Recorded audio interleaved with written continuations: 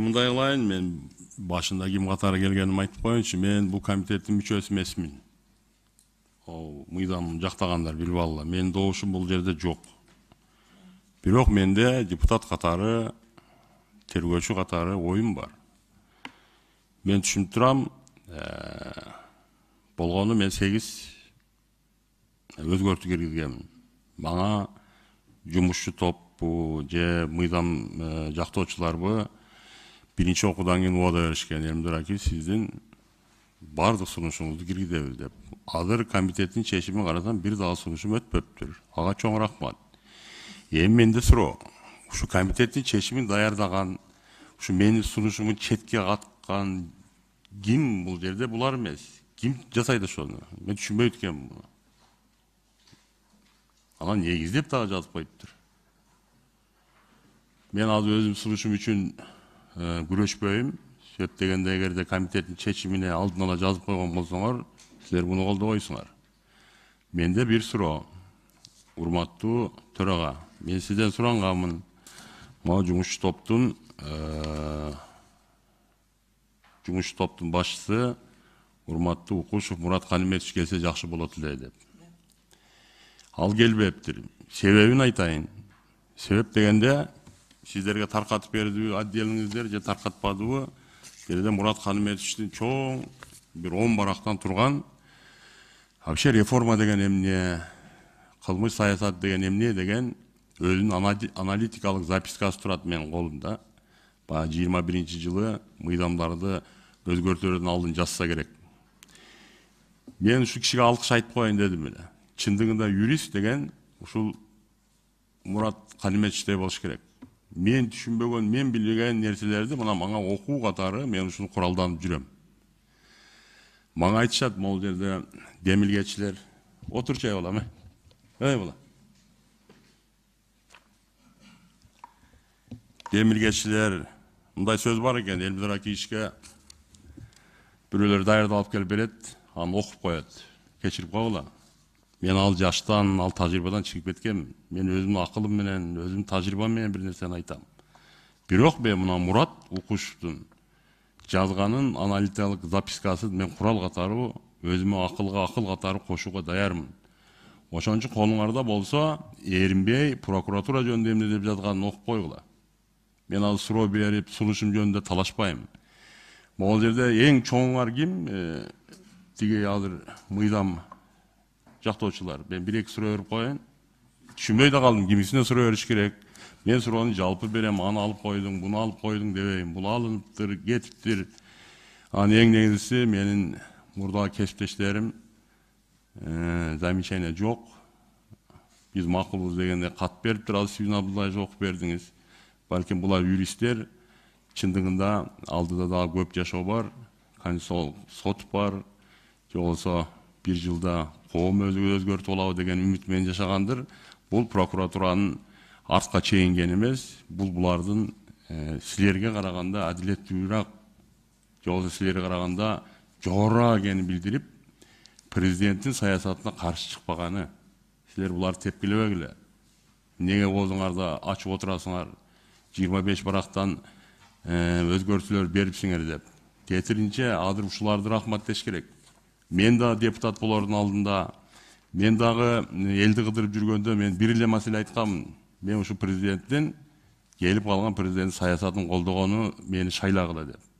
Мага бир дагы шайлоочум асфальт куруп бер, мектеп куруп бер, баня куруп бер деп мага айткан эмес. Мага бүт видео запистерде бар. Эл менен жолукканымда ушу мамлекеттин саясатын колдо Элмирда. Президенттин саясатын колдо деп жөнөтүшкөн. Ошондуктан мен президент саясатына каршы чыкпайм. Мага өтө аянычтуусу ушул мыйдамды көтөрүп келгендер могул жерде отуруп, мага окшогон кесипкөй, илимдүү, билимдүүлөр менен талашып отурасыңар. Мен ошого аянып атам. Ошон үчүн өзүңөр бир сыйра сүйлөшүп алып, бир мына күчтүү абыз чыгайлы. Президенттин саясатын колдоо деген андай эмес. Кимисине суроо берсем болот, Сүйүн Абдуллаевич. Жөн эле берип коюңчу мына суроону, кандай жооп беришет? Элмир Заракевич, Укушев боюнча биз ага айттырдык, сиз бүгүн айтып калдыңыз 2 саат калганда. ооба, Алмаз туура. Акунжанович жооп берсе керек, ал башка бир иш чарада экен, ошого келе албай калды. Ага биз жеткирдик. Анан азыр бүгүн бул жерде жооп берет министр Баетов келбей калды. Зарылбек уулу Алмазбек бул бүгүнкү ушу демилгечи топтун бүгүн ушул жетекчиси. Билесиздер да, бизге президентибиз Садыр Нуркожоевич кат жөнөткөн Төрага Шакиевке. Демилгечи топтун курамына ким кирет? Ошо курамына кирген барлык жетекчилер бул жерде отурушат. Ал эми министр Баетов чек арада иш сапарда экен, чет жакта, ошого байланыштуу. Аны алмаштырса болобу, орун басары бул Сүйүн Абдуллаевич, менде мындай суроо да. Ошо министр Аяз Баетов не деп коет, руководитель группы дейт, туурабы, демилгечилердин. Ошол катта барбы, ал жок болсо орун басарлары келип жакташ керек деген. Бул министрдин мыйзам эмес. Ал Швецияда экен, Швецияда иш сапарында. Мага да кирип кеткен комитетке. Катын биз тиркедик, депутаттардын. Макул, мен суроомду бере берейин, силердин убактыңыздарды албайын. Уголовное преследование, же болбосо кыргызча кылмыш кылгынтык дегенди кандай түшүнөсүз? Каалаганын жооп берип, этият жооп берип. Айтып атпайбы, баары колдо издеп отурат бардыгы. Аны силер өзүңөр бузуп албагыла, өзүңөрдүн кыймыл аракетиңер менен.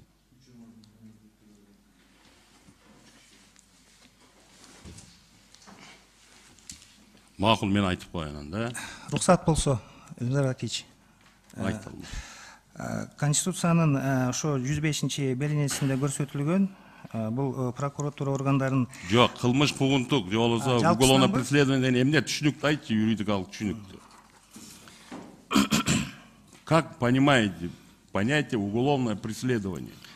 Уголовное преследование – это совокупность, можно сказать, процессуальных действий, направленных на раскрытие преступления. Молодец. Экзамен тапшырдың. Ошол 105 статья прокуратура жөнүндө мен номерин билбейт экенмин. 105. Ооба, ошо прокуратура. Ошо 105-те Конституцияда, эл кабыл алган Конституцияда жазылып турат. Прокуратура органдары кылмыш кылгынтыгын жүргүзөт. Эми суроо, тергөө кылмыш кылгынтыкка киреби, кирбейби? Кирет. Кирет. Болгону бир бөлүмчөсү. Бир этабы болуп кирет. Мына азыр Конституция баш мыйзам, ошондо жазылып турат. Прокуратура кылмыш кылгынтык жүргүзөт. Анан биз албатабыз. Туурабы?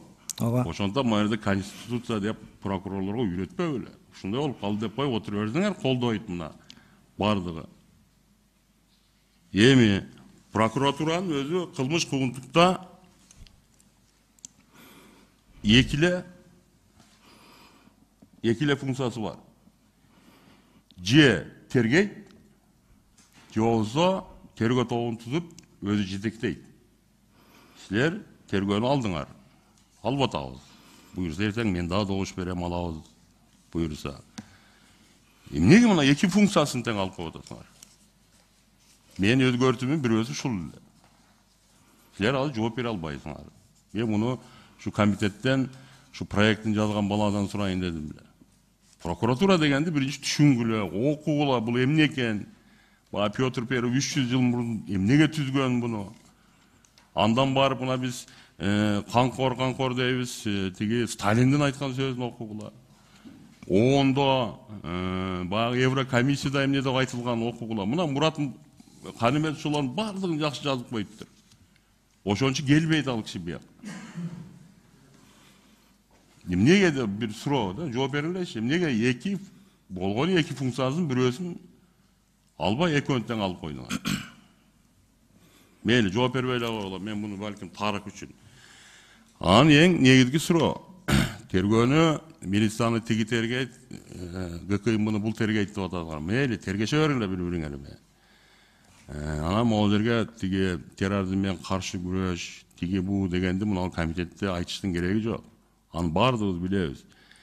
Укук коргоо органдары бөлүнгөндө улуттук коопсуздук кызматына жана коомдук тартипти сактоочу МВДга бөлүнөт. МВД өзүнүн коомдук тартибин сактап кетип атып, ачылган кылмыштарды тергейт.